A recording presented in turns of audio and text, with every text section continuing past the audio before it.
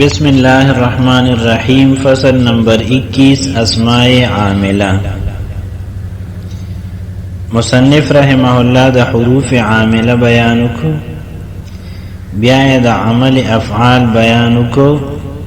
اس پدی فصل کی دا اسماء عاملہ بیان کیگی، یعنی اسماء پا دو قسم دی، یو آغا اسمون دی چه آغا عمل نکی، او بل آغا اسمون دی چه آغا عمل کی۔ نو پدی فصل کے مصنف رحمہ اللہ دا آغا اسماء او دا آغا اسمون بیان کی چه کم عمل کی۔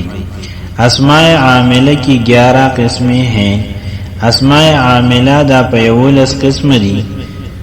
نمبر 1 اسماء شرطیہ بمعنی ان، اسماء شرطیہ چه پمعنی دا ان حرف شرط سر رازی اپنے مضارع کو جزم دیتے ہیں اور وہ نو ہے، دا مضارع تا جزم ورکی او دا نہری۔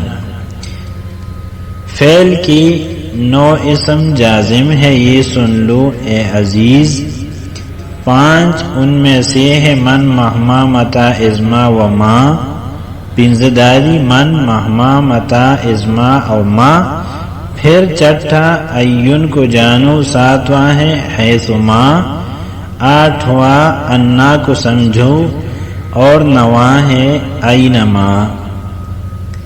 مثالی نے من یکرمنی اکرمہو، پدیز ہے کہ دا من اسم دی متضمن دی معنی دا شرط لرا، او دا فعل مضارع لا جزم ورکی شرط لا او جزا لا۔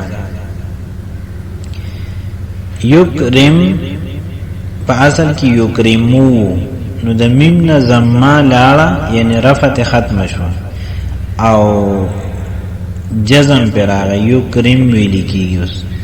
او اکرم ہو پا اصل کی اکرمو، دا میم نا زما یعنی رفت ختم شو او اس پہ جزم ویلی کی، نو دا عمل دا من دی۔ مہما تقعود اقعود، دا تقعودو او اقعودو پزے اس تقعود اقعود دا دال پہ جزم سر ویلی کی دا مہما پہ وجہ۔ متا تذهب اذهب، پدیزے کہ ہم امدغشان جزم سر دی، اذ ما تسافر اسافر۔ ما تشتری اشتری، پا اصل کیو ما تشتری آخر کی یاوا، اشتری آخر کی یاوا، نو دا یا حرف علت اور زیدل علامت دا جزم دی پدیزے کی،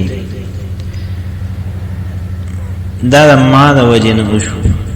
ایہم یضربنی اضربہو، یضرب جزم دا ایو پا وجہ راگئے، اضرب جزم دا ایون پا وجہ راگلے دی۔ حیث ما تقعود اقعود، دلتا کہ ہم تقعود اقعود کی جزم دا حیث ما پا وجہ راگلے دی۔ انا تکتب اکتب، دوارو کی جزم دا انا پا وجہ راگلے دی۔ اینما تقصد اقصد، پا دوارو کی جزم دا اینما پا وجہ راگلے دی۔ اسماء افعال اور وہ 9 ہیں۔ دویم نمبر پر اسماء عاملہ کی اسماء افعال دی او دا 9 دی، 9 ہے بس اسماء افعال، ان میں رافع 3 ہے۔ اسماء افعال 9 دی، پدے کی چکم رفع ورکین و آغدری دی۔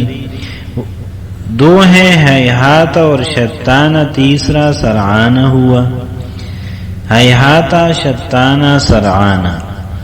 6 ہے ناصب او شپگ اسماء افعال داسی دی چدا نصب ورکی، دونکا بلہا علیکا حی حل، پھر روید اور ہا کو یاد رکھ اے با وفا۔ دونکا بلہا علیکا حی حل، روید او ہا دا یاد ساتا۔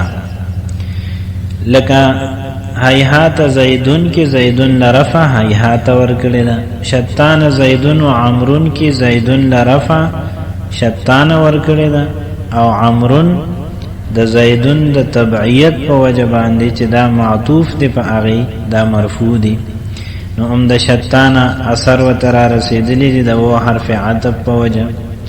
سرعان عمرن کے عمرن لرفع دا سرعان اور کڑے دا. یہ تینوں ماضی کے معنی میں آتے ہیں اور اس کو بوجہ فاعلیت رفع کرتے ہیں. دا حیحاتا شتانا سرعانا دریوانا دا ماضی پا معنی باندې راضی او پا وجہ دا فاعلیت باندې خپل اسم لا رفع ورکی.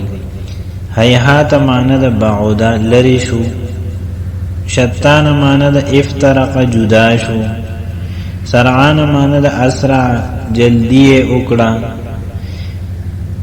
دونک عمرن پدیده که عمرن دیلا نصب دونک ورکڑی دی.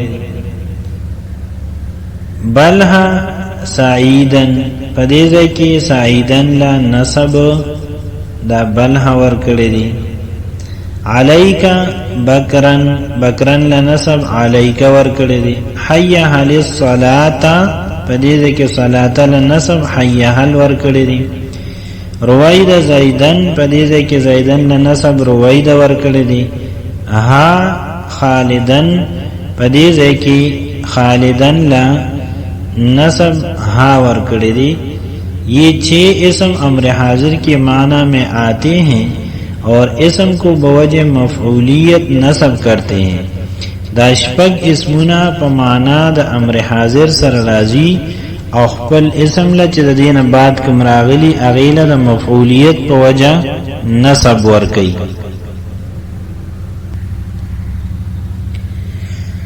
د روی د معنی دا پریگ دا، بلها معنی دا پریگ دا، د حی حل معنی دا متوجه شا، د حلم معنی دا راشا، د دونک معنی دا واخلا، د علیک معنی دا لازم انیسا او د ها معنی دا انیسا. نو پدی معنو سر دا دا امر حاضر پا معنی باندې راضی او د دین بعد چکم اسمی نو آغا دا مفعولیت پا وجہ منصوب بیلی کی.